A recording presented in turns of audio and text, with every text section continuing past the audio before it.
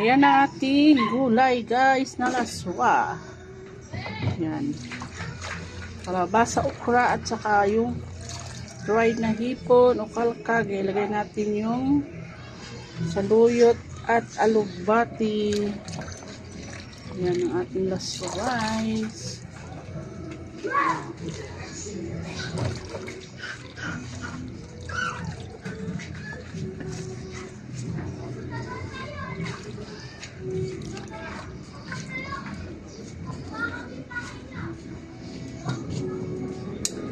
Ating gulay.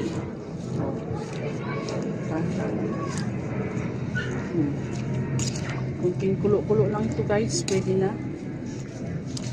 Yan siya. Yan.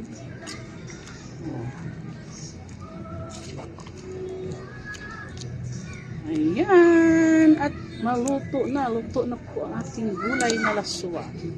Guys.